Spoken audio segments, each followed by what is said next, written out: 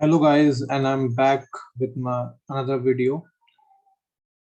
And guys, मैं सोच रहा था कि जो स्कूल्स ऑफ जूरिस्प्रूडेंस है उनको एक वीडियो में कर दूं, बट ऐसा पॉसिबल नहीं है मेरे लिए।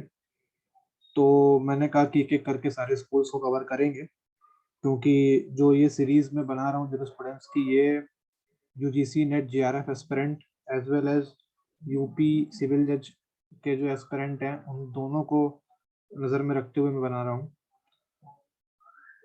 क्योंकि कॉलेजेस वगैरह में इतने डीप में नहीं पढ़ा जाता है। तो मेरी कोशिश यही है कि मैं जितना अच्छा कंटेंट दे पाऊँ।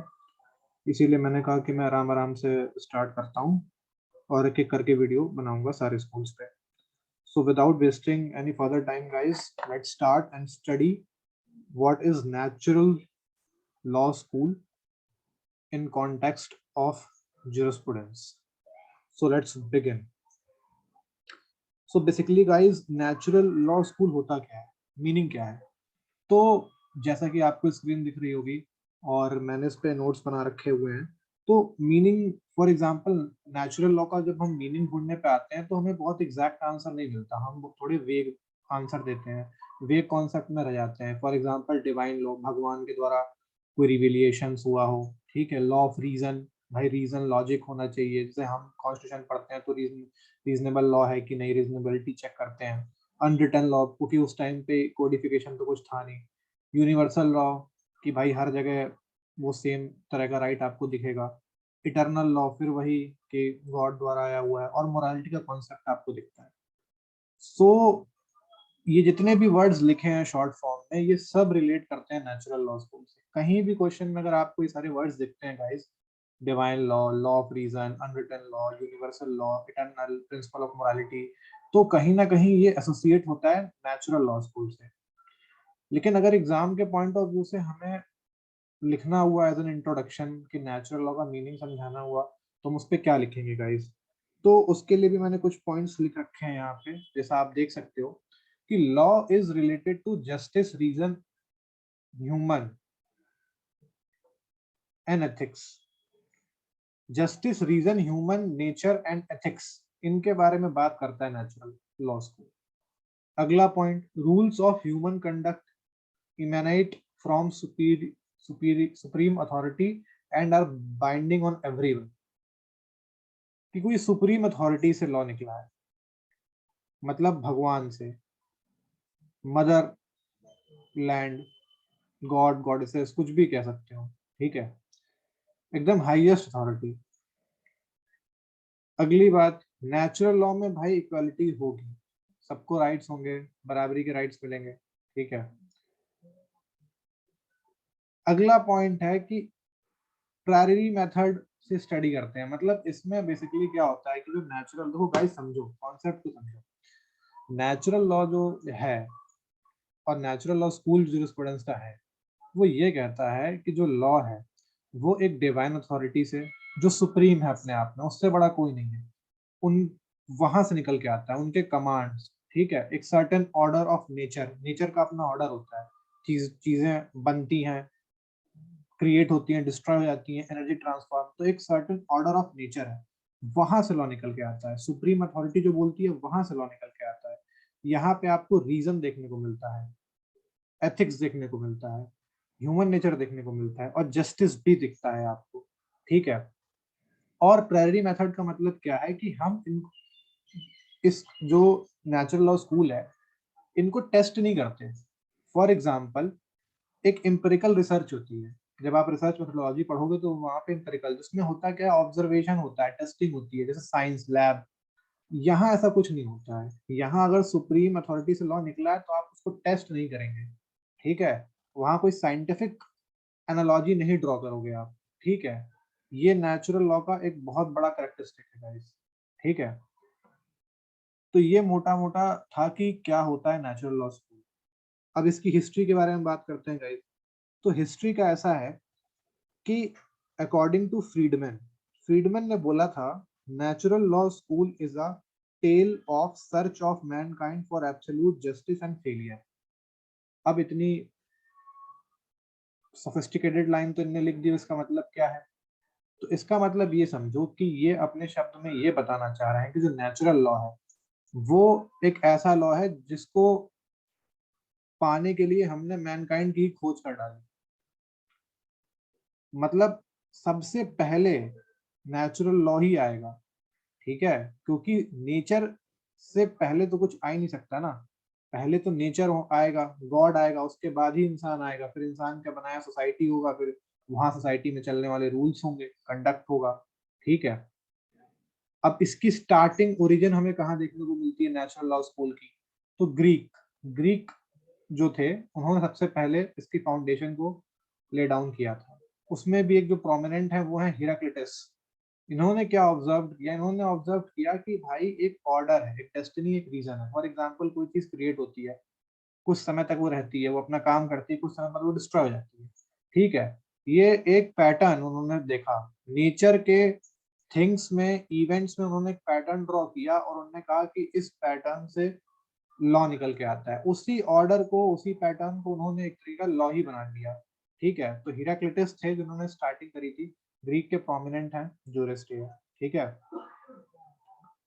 उसके बाद कंट्रीब्यूशन क्या है नेचुरल लॉ का? तो नेचुरल लॉ स्कूल का कंट्रीब्यूशन ये है कि रोमन लॉ को भी इसने इन्फ्लुएंस किया है। Jus civile, jus gentium, jus naturale. Civil, jus civile मतलब सिविल और सिविल लॉ था वहां का।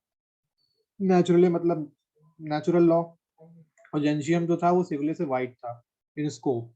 क्रिश्चियन पीरियड आता है तो क्रिश्चियन पीरियड में विल ऑफ गॉड, मतलब कि चर्च की ज्यादा चलेगी, स्टेट की कम चलेगी, ठीक है। इंडियन लीगल सिस्टम में हम धर्मा पढ़ते हैं, धर्मा में हम ये कॉन्सेप्ट देख सकते हैं आराम से। उसके बाद करंटली जो इंटरनेशनल लॉ है गाइस, उसको भी बहुत इन्फ्लुएंस किया है नेचुरल लॉ स्कूल में। नेचुरल लॉ स्कूल के जो टेनेंट्स हैं वो आपको इंटरनेशनल लॉ में भी देखने को मिलेंगे।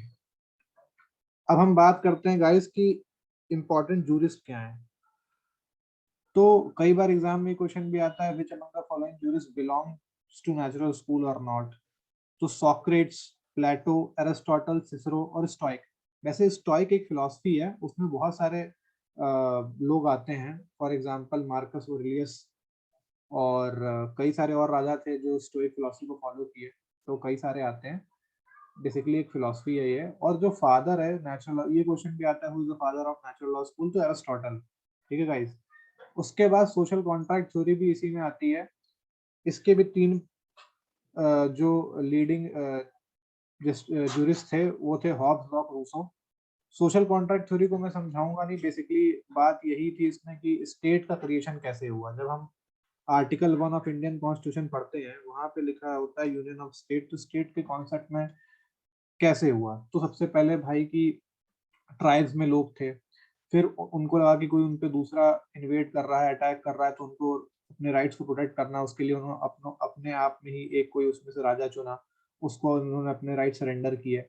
एक राइट जो उन्होंने सरेंडर नहीं किया वो था राइट टू रिवोल्ट, कि भाई जब राजा एकदम ही मनमानापन करने लगे तो हम रिवोल्ट भी कर सकते हैं। तो राजा इसके बदले में उनको प्रोटेक्शन देगा, ठीक है। तो ये सब करके पूरा सोशल कॉन्ट्रैक्ट थ्योरी बनी। इसके बाद आता है कि इनका लास्ट में डिक्लाइन, रीजन क्या था डिक्लाइन का?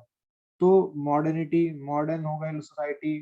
तो डेविड ह्यूम एक जो जूरिस्ट है, वो उन्होंने तो पूरा ही रिजेक्ट कर दिया नेचुरल लॉ स्कूल को। प्रेरी मेथड, अब आप बिल्कुल भी साइंस नहीं लगाओगे, ऑब्जर्वेशन नहीं लगाओगे, कुछ भी एनालॉजी नहीं रहेगी तो सक्सेसफुल नहीं है। मॉडर्निटी बहुत ज्यादा सोसाइटी डेवलप कर गई तो उससे बहुत सारी कॉम्प्लेक्स प्रॉब्लम में आने लगी। तो ये कुछ रीजन थे जिसके कारण जो नेचुरल लॉ स्कूल है गाइस, ये पूरा डिक्लाइन हुआ। अब जो एक पॉइंट इसमें मैं और ऐड करना चाहता हूँ वो ये है गाइस कि हम नेचुरल लॉ स्कूल को इंडियन पर्सपेक्टिव से कैसे जोड़ते हैं।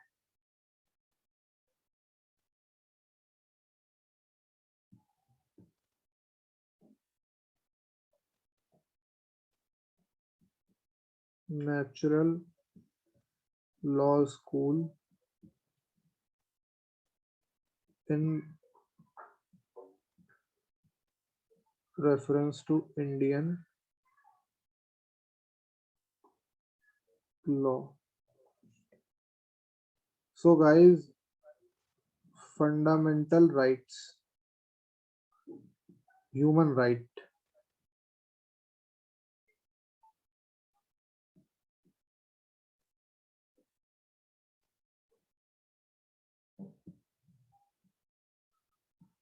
एम नागराज के केस में गाइस ये कहा गया था कि fundamental rights are enforced against state does not give it to us. These are inherent in nature.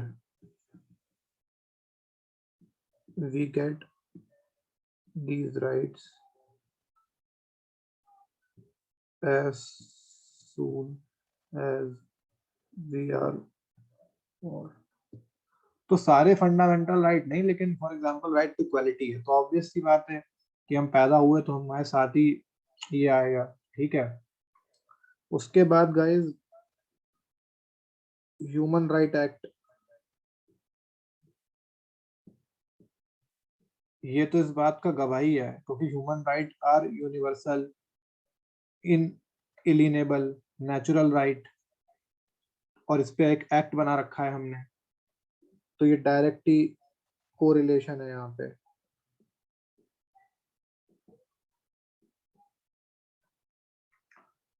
So constitution में फंडामेंटल राइट्स वाले चैप्टर से आप रिलेट कर सकते हो। ह्यूमन राइट एक्ट है आपके पास, और भी बहुत सारे एग्जांपल आपको मिल जाएंगे जहाँ पे आप आज भी पाओगे कि नेचुरल लॉ का कहीं ना कहीं हम इन्फ्लुएंस देखते हैं अपने इंडियन लॉज पे भी।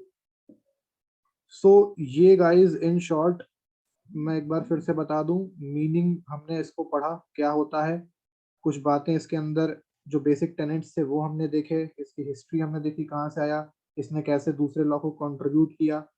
यहाँ पे गाइस आप इंटरनेशनल लॉ भी लिख सकते हैं, इंटरनेशनल लॉ।